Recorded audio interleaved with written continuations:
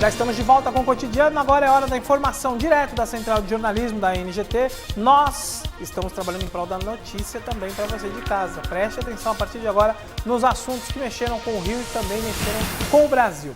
Para começar hoje, gente, a nossa equipe até levantou uma questão sobre o preconceito. Será que ainda existe preconceito no nosso país?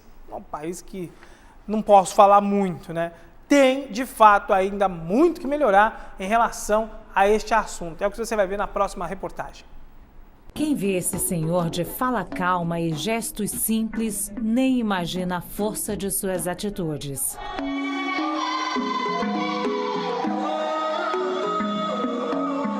Em 1986, o então deputado Carlos Alberto Oliveira precisou enfrentar a resistência dos próprios colegas, mas fez história na Assembleia Constituinte.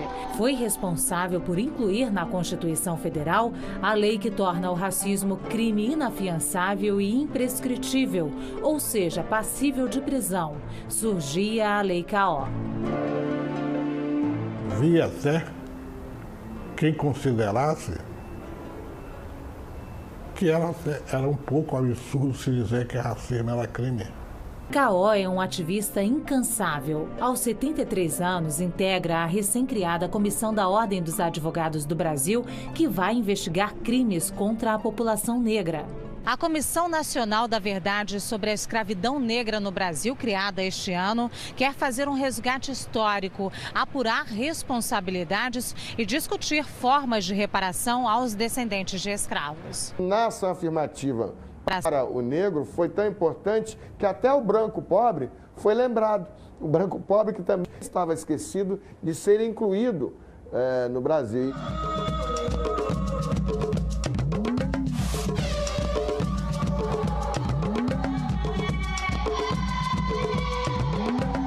A Comissão da Verdade, eu penso que é uma iniciativa fantástica no sentido de colocar a escravidão, o nosso passado escravista e nossas contradições sociais na ordem do debate do dia.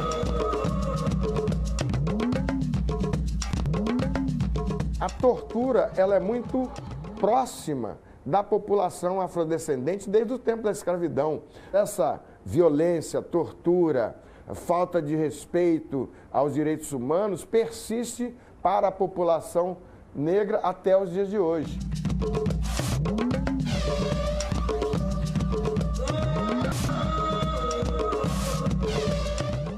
Na Constituição de 1988, de fato, a gente tem um marco extremamente importante que pode ser exemplificado pelas demarcações, né, pela lei que permite a demarcação das terras quilombolas.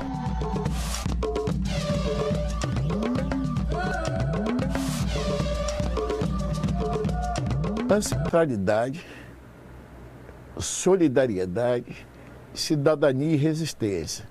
Este foi o legado que nos foi deixado. Esse legado é muito profundo. Graças a ele, nós conseguimos sobreviver nesse Brasil. Não for a ele, seria muito difícil. Nós ainda vamos travar grandes batalhas contra o racismo. Difícil a gente opinar, inclusive, né? Eu acho que é uma questão de educação. Enquanto não tiver, vai acontecer esse problema ainda por muitos e muito tempo. Muito tempo. Não vai acabar. Vai do ser humano começar a respeitar o próximo para não ter o tal do preconceito. Vamos falar de educação? Olha, moçada, atenção, hein? A rede pública de ensino está promovendo a Olimpíada de Matemática. Isso é muito bacana para a molecada, né? E já estão se inscrevendo, inclusive. As inscrições já estão acontecendo. Você vai ver agora. Como em toda Olimpíada, esforço e disciplina são fundamentais. Mas o esporte agora é outro, praticado em sala de aula. Os alunos dessa escola, no Distrito Federal, treinam para mais uma Olimpíada Brasileira de Matemática das escolas públicas. Edgar, que está no 3º ano do ensino médio, foi medalha de prata na última edição e pretende seguir a carreira de professor. A partir do momento que eu ganhei a medalha, eu também ganhei o direito de fazer um mestrado e doutorado pela UNB. Bom, eu pretendo fazer o vestibular agora no meio do ano para concorrer para matemática na Universidade de Brasília também. Luísa já teve 2 menções honrosas na Olimpíada, que também trouxeram outras oportunidades. Pela OBMEP eu conquistei 2 projetos de iniciação científica, então eu passei a ser pesquisadora da UNB. E foi muito importante porque eu tive um conhecimento na matemática que eu não tinha acesso. E comecei a enxergar a matemática com outros olhos. Então, a partir de agora, eu não enxergo uma equação de primeiro grau como algo tão assim, relacionado com o dever da escola. É algo que faz parte da minha vida. Além dos alunos premiados, a escola também foi campeã da OBMEP por 3 vezes. Para deixar os estudantes ainda mais afiados, oferece um projeto de aulas de reforço no contraturno das turmas. E a gente percebeu que esses meninos descobriram que a matemática não é um calcanhar de Aquiles, que a matemática é vida. Todo dia a gente faz matemática, no mercado, na padaria, né? E esse incentivo na sala de aula não só diminuiu o índice de evasão e de reprovação, como incentivou esses alunos a irem para essas áreas que são mais carentes dentro do processo de educação, né? Porque a premiação ela é importantíssima, mas a semente que ficou é mais importante. Para continuar revelando talentos e, quem sabe, até futuros cientistas, essa escola não perdeu tempo. Já se inscreveu na 11ª edição da Olimpíada de Matemática. O prazo está acabando, termina no dia 31 de março. A meta é alcançar milhares de escolas públicas em todos os municípios do país. O objetivo principal, eu diria, é motivar os alunos, né? Desde 79, essas Olimpíadas só vem crescendo, só vem se consolidando. Na entrega de prêmios no Rio de Janeiro, nos últimos anos, a presidenta da República vai pessoalmente entregar o prêmio. E os jovens são premiados, as escolas, os professores, e é motivo de orgulho para todo mundo. Podem participar da Olimpíada de Matemática alunos do 6º ao 9º ano do ensino fundamental e do ensino médio. A escola deve preencher a ficha de inscrição no site da OBMEP. A premiação deste ano vai contemplar 6.500 estudantes com medalhas de ouro, prata e bronze, além de oferecer menções honrosas. Escolas e professores também podem ser premiados. E ainda que você faça a Olimpíada e não conquiste uma premiação, você está se preparando para os vestibulares, que eles têm aquele mesmo caráter. Então, tudo é super válido. Bacana, né? Molecada vai lá. Matemática faz parte da nossa vida, com certeza. Tudo gira em torno da matemática, não é? Então, sucesso para quem se inscrever e vamos ver quem vai ganhar esta maratona, as Olimpíadas de Matemática. Ainda na educação, olha só, gente, como é importante as crianças normais, digamos assim, né? As crianças normais, terem um convívio com crianças especiais. Os especialistas afirmam que essa convivência faz bem para ambas. Quer ver? Mostra a reportagem aí. Então, meu nome é Ana Paula Poça Zambelli dos Reis, eu sou diretora da Escola Classe 407 Norte. E a importância de incluir, né, quanto mais cedo as crianças especiais, ditas especiais, né, alunos com necessidades educacionais especiais, em turmas regulares, é porque as crianças precisam dessa convivência, né? Não só as crianças especiais, mas as crianças regulares também precisam, as crianças normais também precisam dessa convivência, né?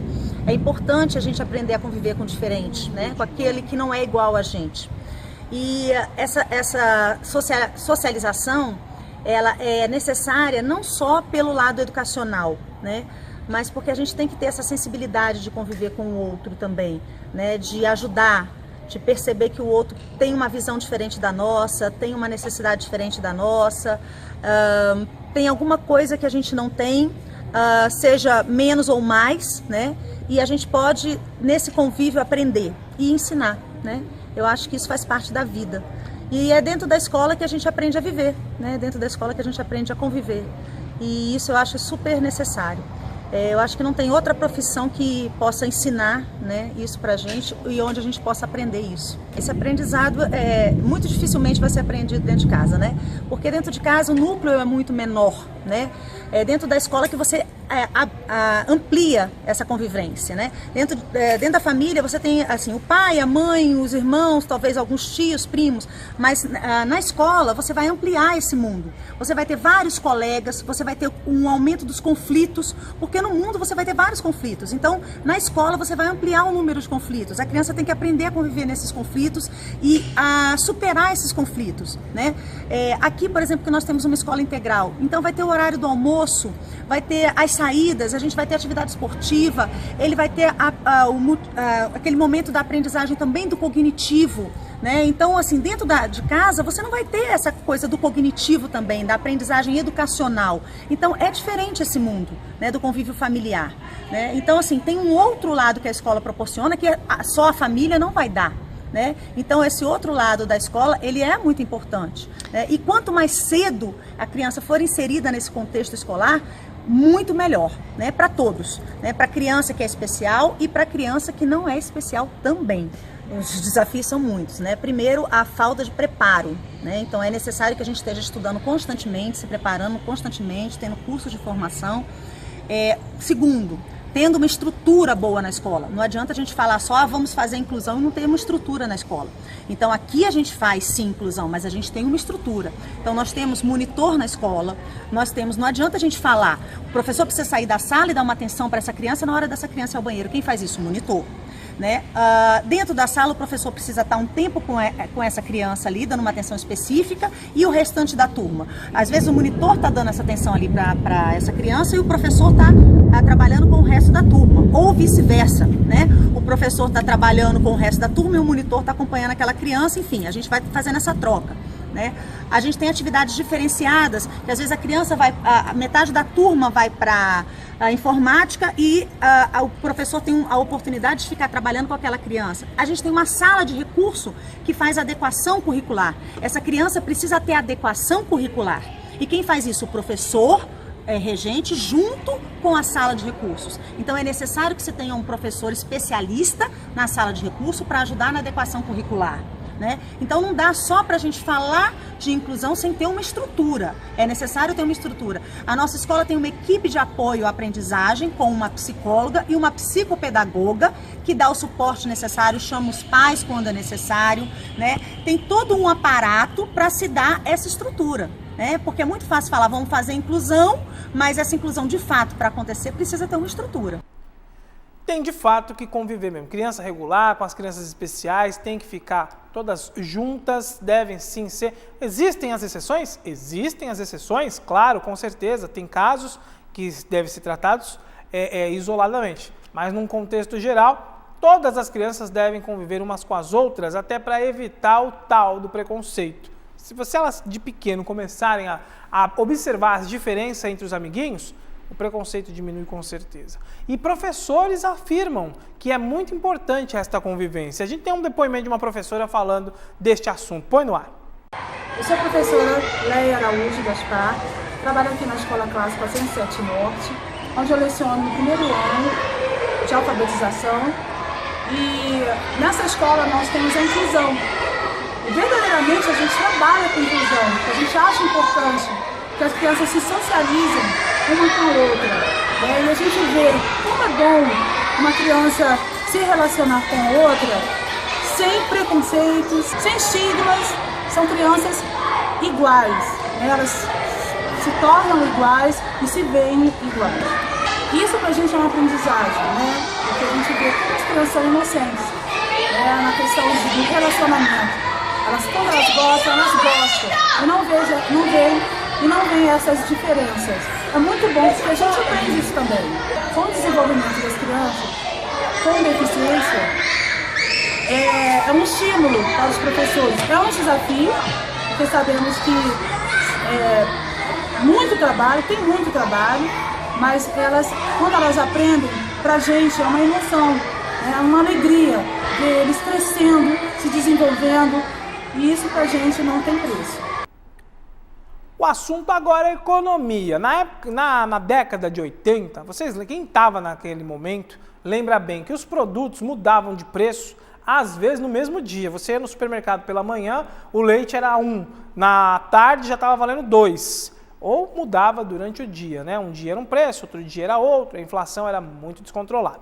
Segundo os especialistas, o Banco Central tem estudado algumas estratégias para manter aí o valor da nossa moeda estável, né? Porque a nossa moeda está desvalorizada e tem aí que trabalhar em prol disso, porque estamos vivendo uma crise descontrolada e também em relação à inflação. Segundo eles, o Banco Central tem trabalhado de noite para que isso aconteça. Vamos acompanhar a reportagem e aprender um pouquinho mais e ficar de fato informados em relação ao que mexe no nosso bolso. Veja.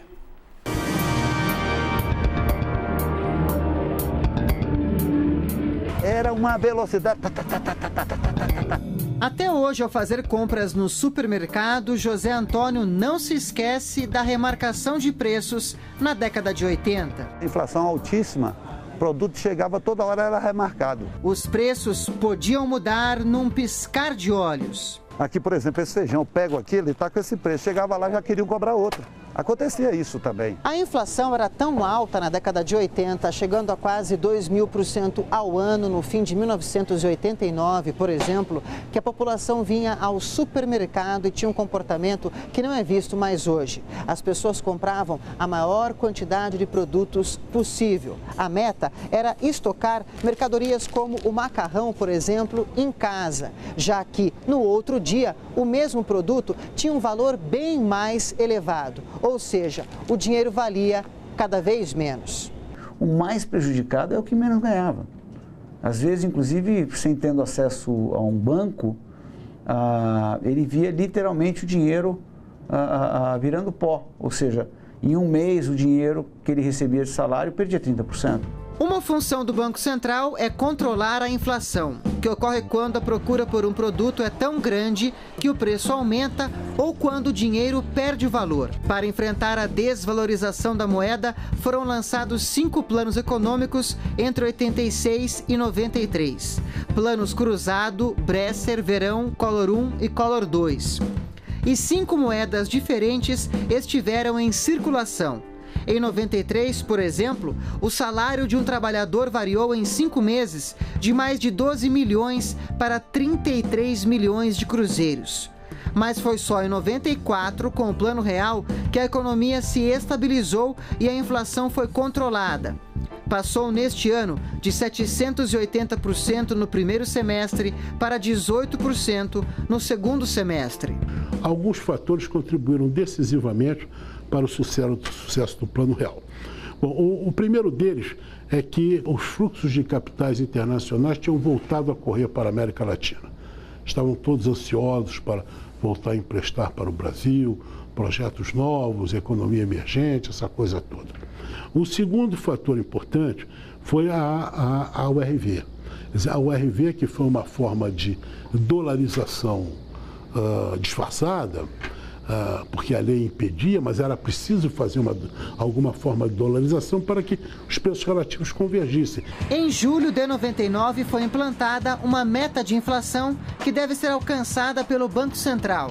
Para medir a variação de preços e verificar se a meta é atingida, foi estabelecido o IPCA, Índice de Preços ao Consumidor Amplo. Para deixar os empréstimos mais caros, as dívidas menos atraentes, incentivar a poupança e segurar o consumo, também foi criada, em 99, uma taxa de juros, a Selic. Além de controlar o aumento dos preços, os juros têm outra função na economia. São utilizados como referência para qualquer operação. Quando fazemos um empréstimo ou um financiamento para comprar um carro ou um imóvel, a dívida é dividida em parcelas. E sobre essas parcelas existem juros. É por isso que a taxa chama tanto a atenção do mercado e dos consumidores. E é aqui, nesta sala, que a cada 45 dias os juros são definidos pelo presidente e pelos diretores do Banco Central. O regime de metas de inflação, ele é simples na medida em que ele fixa um objetivo claro, né, que o Banco Central vai perseguir de atingimento de um valor para a inflação num período de um ano. Né? Então isso, qualquer membro, qualquer cidadão pode aferir se o Banco Central está ou não está atendendo o seu objetivo nesse quesito. Mas o Banco Central não usa os juros de forma automática. Tudo depende do comportamento da inflação. Por exemplo, teve um aumento dos preços agrícolas em 20%, porque lá fora teve um problema de safra, etc. Isso é um choque que os economistas chamam de choque de oferta. O Banco Central não tem o que fazer contra esse choque. O que ele pode fazer é não deixar esse choque se propagar. Mudou, olha aí, você vê, hoje você passa aqui daqui 15 dias, possivelmente está o mesmo preço. Um mês pode estar o mesmo preço, pode até cair, acontece até de cair, vinha as promoções, coisa que não acontecia, você não via isso cair.